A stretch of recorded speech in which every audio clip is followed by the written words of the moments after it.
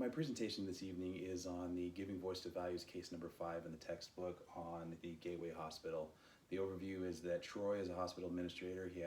He goes on a business trip with his subordinate employee, Kristen.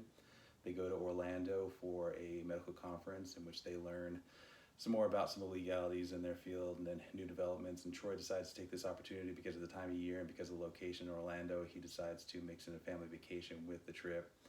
The family vacation ends up being a little bit more expensive than he had anticipated, and so his wife convinces him to include some of their personal expenses on his company expense report.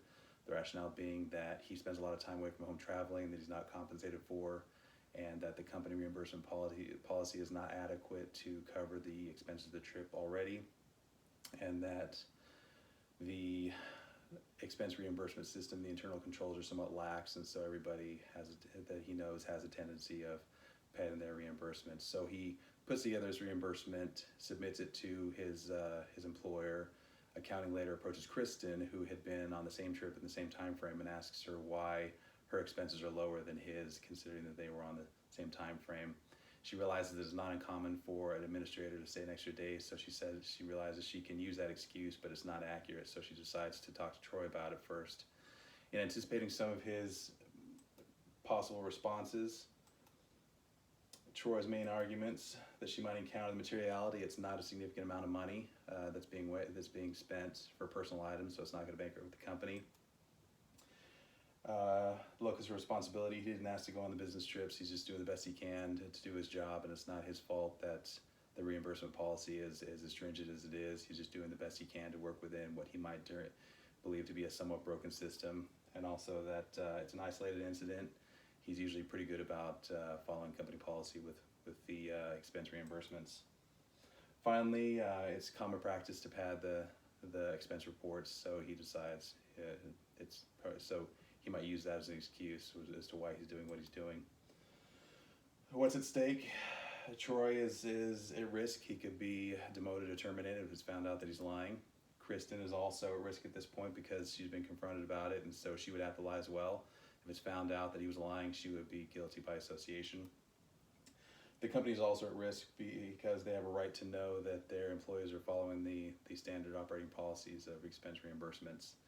Some of the leverages that Krista might use to explain the situation is that for Troy, it's not worth jeopardizing his job and standing for one incident. He mentioned that he put those expenses in his report because his vacation to Orlando was more expensive than he thought, and it would be truly more expensive if he ended up losing his job over it as well.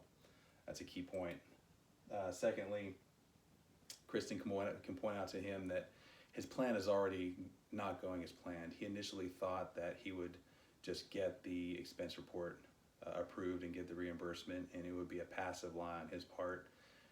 Now it's becoming an active lie on his part, and it's going to become an active lie on her part as well. So she can point out that it's already not going as planned, and he already needs to reevaluate what's going on. When it comes to the most persuasive responses Kristen can use, there's a few of them that are really good that she can really use to make her point. When it comes to the materiality, she can tell him that it's not enough. It's not a small amount. It is a small amount. It's not material, but it is enough to get fired over. And it would be very unfortunate to get fired over something that he considered to be immaterial. Secondly, the travel part is Troy's. It's part of his job description. If he feels like the reimbursement policy is not adequate, he's in the best position to take that up through proper channels. The best response, I believe, though, is that it's not about the internal controls, whether they're loose or whether they're strict. The truth is, as a hospital administrator, even if the policies were tighter, he's in the best position to be able to get around those. And so whether they're loose or whether they're tight, he can use his position to get around any kind of internal controls.